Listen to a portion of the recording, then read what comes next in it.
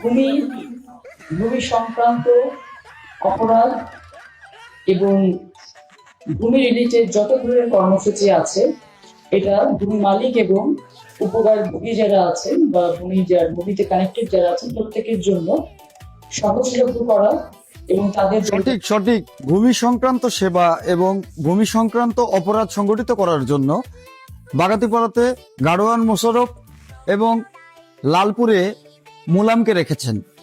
এই মোশাররফ এবং মোলাম ভূমি অফিস থেকে এবং ভূমি সেবার বিভিন্ন বিষয়ে নাক গলিয়ে কোটি কোটি টাকা দুর্নীতি করে তার কিছু অংশ মন্ত্রী পুতুলের কাছে তুলে দিচ্ছে।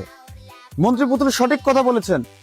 মন্ত্রী পুতুলের লোকজন দিয়ে লালপুর এবং বাগাতিপাড়ায় যে ভূমি সেবা দিচ্ছেন মন্ত্রী পুতুল, সরকারি নিবন্ধন খরচ, জমি রেজিস্ট্রি খরচ যেখানে 7.5%, সেখানে নেওয়া হচ্ছে 20%।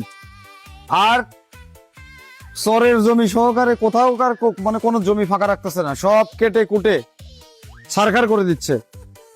তো যে নাগরিক সেবা দেওয়ার কথা বলছে, মানে এই সেবাতেই, মানে পিছনে যে সেবা দিয়েছে সেই সেবাতেই জনগণের পাতলা পায়খানা হয়ে যাচ্ছে। এই সন্ত্রাসী আওয়ামী লীগ পুনর্বাসনকারী পুতুলের সামনের যে সেবা, সেই সেবাতে না জানি কি না কি হবে বাবা।